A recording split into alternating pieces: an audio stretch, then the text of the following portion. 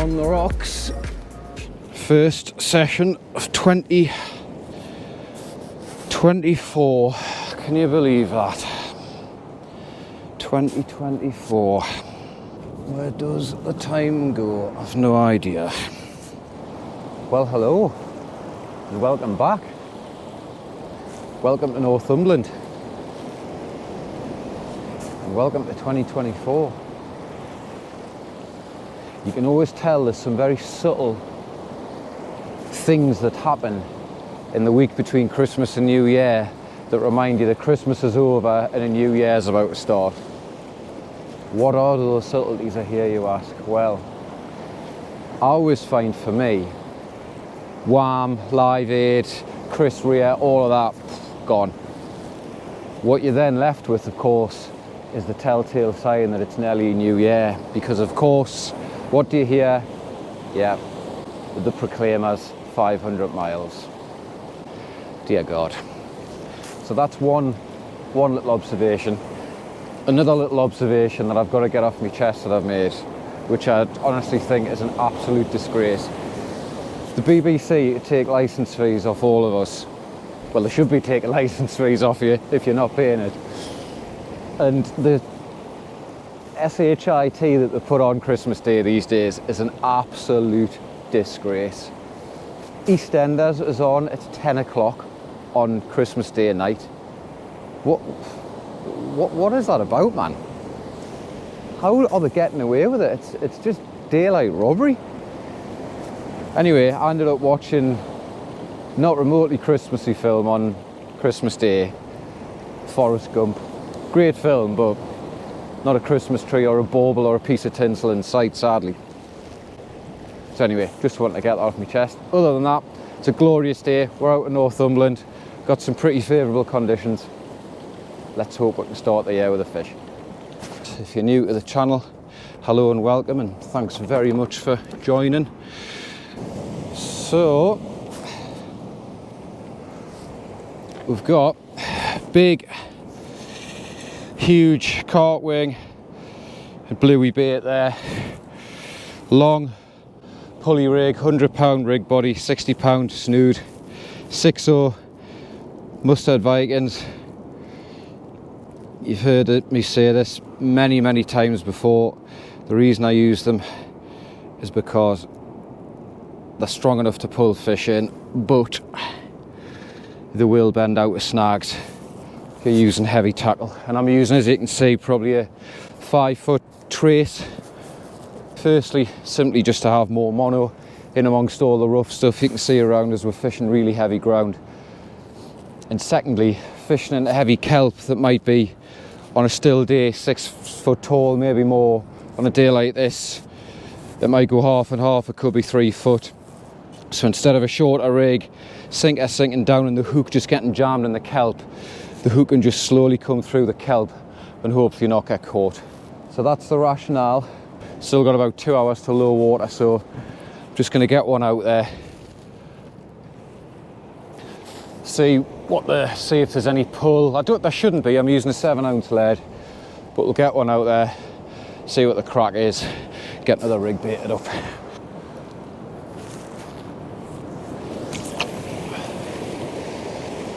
So what we've got today is probably going to fish a 3, maybe 4 hour session, depending on how it goes.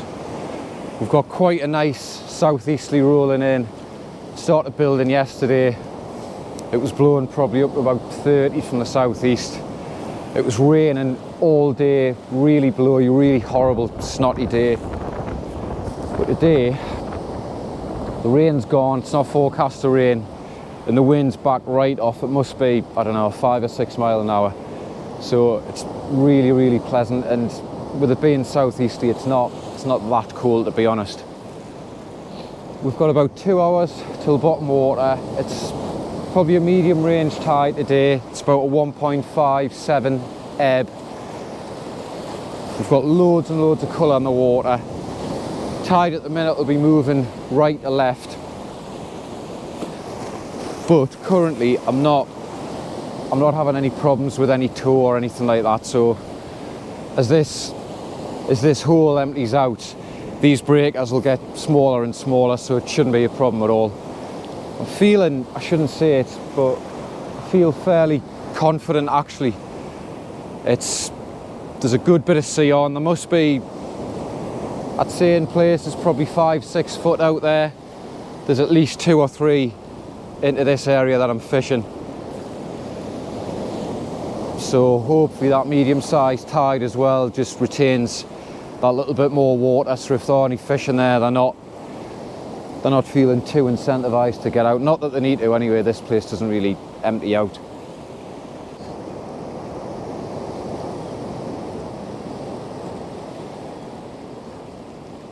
Had to put the coat on, you get that initial kind of warmth from when you've walked from the car, and then it sharp cools down even when there's no wind. Did actually just get a knock before there.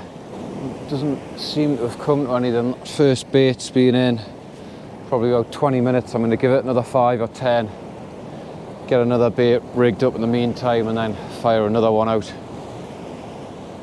It's a good bit of movement in here. I'm going to put because I cast from back there and it was a big bait, I'm probably only about 40 yards off the front of these ledges, so now that the tide's dropped, it's a bit safe. I'm going to stand close and pop it a bit further next time, I think. Well, because it's the first session of the year, and hopefully to bring us a bit of Crystal Maze style look, we'll start off with a little tune. Kona, Marine Band, Harmonica, key of D. Probably taking my life into my own hands because I've been touching bait. Let's see what we can knock out. Maybe a Geordie tune you may recognise.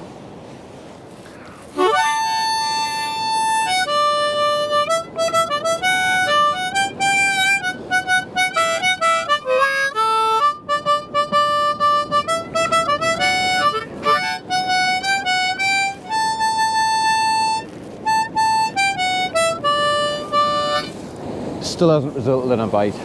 New rig, fresh bait I think. Just had a seriously aggressive bite here. Come on. Come on, come on, come on. I was digging around in my box and I heard my stand move and the rod was just bouncing over. I'm wondering if there's a fish on there. Because I did get a couple of knocks before, nothing came of it. I don't know if a fish has hooked itself and it's just sitting there lazily in the kelp. Right, I'm going to give that 2 minutes, quickly rig up another bait. Hopefully come back to you with a fish. Somebody made a comment on a video and said, can you please describe exactly what you do for your rotten bottoms?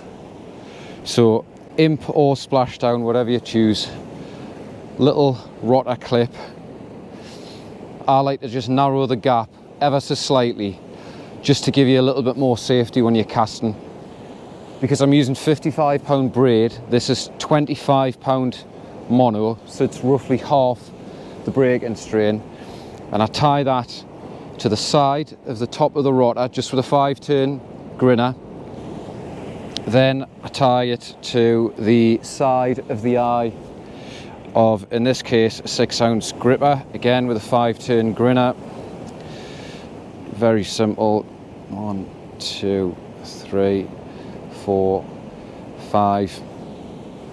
Spit on your fingers, a little bit of lubrication. I use that knot for 90% of my fishing.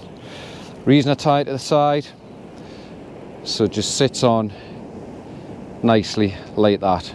So it'll hit the water, it'll come off, bang, you're on your rotten bottom. Hopefully you get a fish, and if that gets a fast hold, it'll just snap off. So that is the rotten bottom system that I always opt for. That one back. How? Oh, it's absolutely fast. It came no bother at all before. Nightmare, right. I have to pull for a break. Don't believe it. First cast, first rig casualty. Frustrating that, because I pulled it and it actually came, and then by the time I Got back to my rod, pulled it again, bang, gone. Which is a wee bit frustrating, but comes with the territory, fishing hard ground. Right, next rig, let's see what we can do.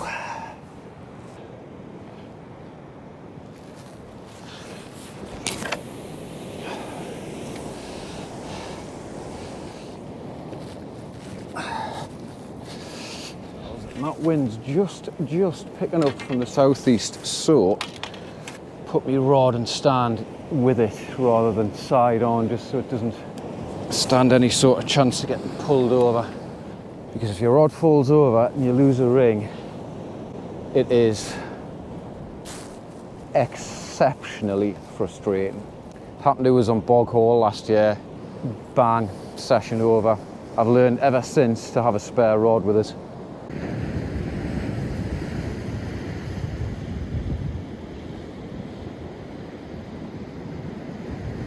Whatever it was, has just come back. Wasn't like a really big rake and bite like I got before there. Strange, you can almost feel the kelp strands just flopping over your braid out there. Or certainly my mono, my end gear.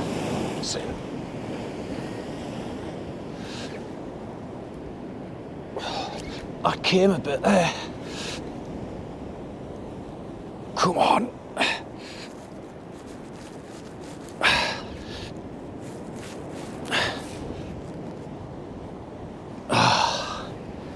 As you can see, extremely heavy ground. Bloody difficult to combat at times. We give that a little bit of slack for a minute.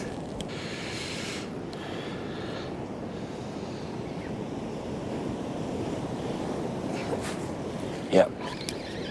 Oh, it's coming. I've got something on. I did think I had something on. Doesn't feel bad, whatever it is. Just need to get it, keep it moving. But come on, keep moving with those waves. Just gotta keep your rod up and keep pumping like hell. Right, it's going deep now.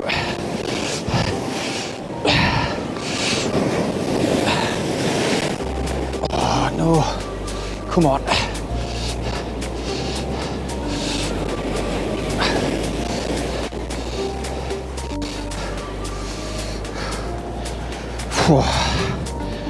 That was hard work, but Jesus, got there in the end. Not a big fish. God, let's get me breath back. Jesus, not a big fish. Nice cod, probably 2, possibly 2 1/4. Clip that rig. Dear me, I'm knackered. It's a proper washing machine out there, mine. Anyway, I'll sort that in a second. I'll show you this fish, so. Oh, gotta watch those hooks. So there we are. Nice, small, pan-sized codlin. Start the year. Lovely condition fish. Fresh run. Probably 2, 2 1/4. He'll be coming home. He's hard work getting out that kelp, but we got him in the end. Right, let's get another bait fired out. See if we can get another one. Same again, please.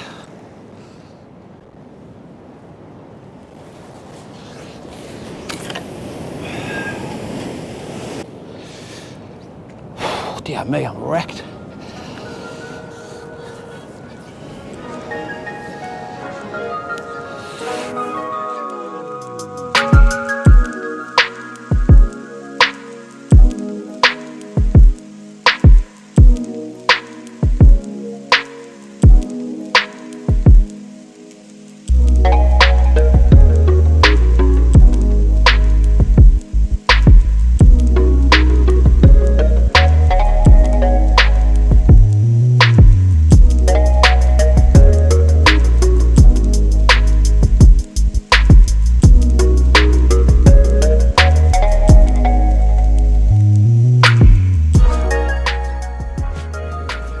quite interesting. Look what that codlin's just coughed up. Tiny edible crab. Hopefully you can see that. That's not long been deed. And a very small velvet crab. That is a small one, that's probably the smallest I've seen. These things, I don't know if you can see that, they've got a flat set of back legs. They're extremely aggressive and very, very nimble in the water. Got red eyes, blue tipped claws. They're a lovely looking crustacean, to be fair, when you see them alive, especially decent sized ones. Yet again though, despite it being a rough washing machine out there, even a small couple of pound codlin just shows, they might look dumb and docile, it just shows how efficiently they've evolved over time to be really effective predators. They've obviously got big beady eyes, which are, you know, during the summer, or if they're high in the water chasing sprats, sand eels. And then they've got that little chin barbule along with our lateral line that just helps them move along the bottom, and if they sense any sort of life, bang, they'll have it. Always like to have a little bit of a scout around, see what I can find. Not necessarily gear, just anything really.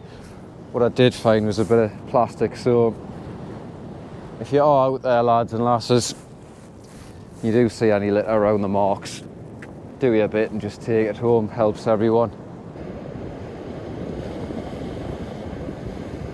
Quick bait up here, so we've got a nice lump of cart, and what I'm going to do is put the soft bit, that bit on the outside, you might be able to see, slightly firmer, so I'm going to put the soft bit on the inside, because then that's the bit that I'm going to bind the bluey up against as well.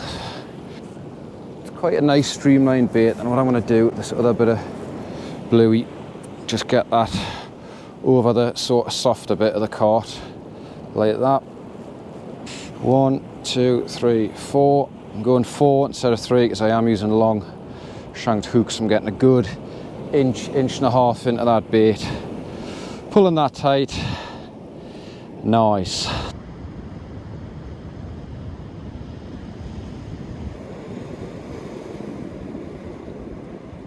This has been in for quite a while. Tide starting to push now. You can see it just spilling over the front of these ledges, so I'm not sure how long I'll have left on here. Hopefully another couple of casts. I'm hoping a bit of the flood just pushes something in, because so far after that initial bit of activity on the first and second cast, I've not had a touch. Right, it's been over there to the right for 25 minutes or so. I had one little knock before. Something's just come off big time there. Oh, I've just lost, I think I've lost the entire lot this time. It's very annoying. Quickly tie a new leader on, get this last bait fired out. Absolutely savage on the tackle casualty front, but just comes with the territory, I'm afraid. So while I'm here, I might as well show you the knot I use to tie my leader. It's just you can go up to 12 turns. I tend to go about 10 turns, 10 turn uni knot. It's 10 times round. Same as principle as your grinner. Make a loop, hopefully you can see that. 10 times round through.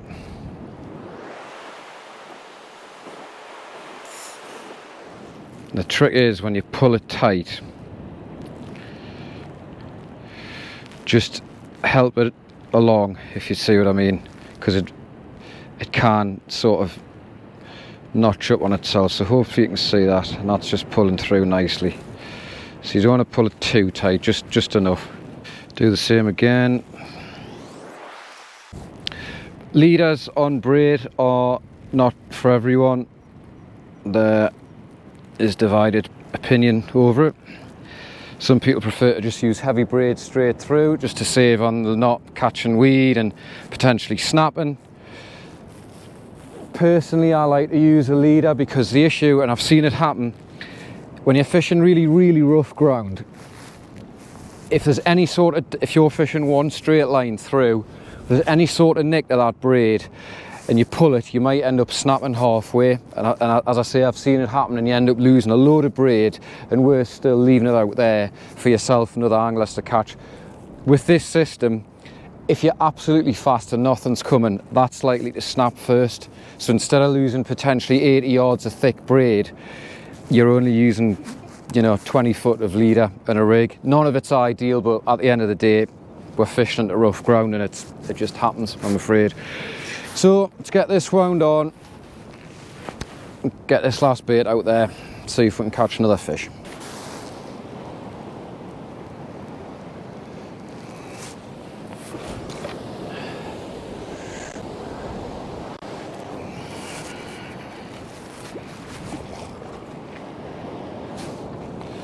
By the way, when it comes to leader knots and leaders, the whole principle, yes or no, use one, don't use one. There's no right or wrong answer, it's just personal preference. But then that's the beauty of fishing, really, isn't it? Because everyone's techniques and ways of doing things do come down to personal preference. It's been a cracking day. There's a canny band of thick cloud moving this way. Got one final big bluey and wing bait. Let's just see if this little bit of flood has pushed anything in. Right, I'm going to call it. The water starting to race in behind us here, and I'm not taking any chances, so I'm not exactly missing out on anything either.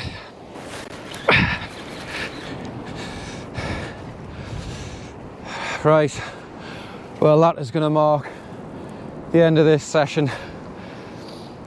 I've really enjoyed myself. It's been great to get out. First session of the new year, first cod on the board. Not a big one, but lovely to catch it in daylight, especially on a day like this. So I'm going to make tracks fairly swiftly because the water is coming in, as I say. So happy new year, everyone. Tight lines for 24. Thanks for all your support. And yeah, hope you're getting out and getting a few fish in the next coming weeks. Hopefully some cod before it starts to tail off and they start to go offshore to spawn. So till the next time, tight lines, keep fishing. We'll see you soon.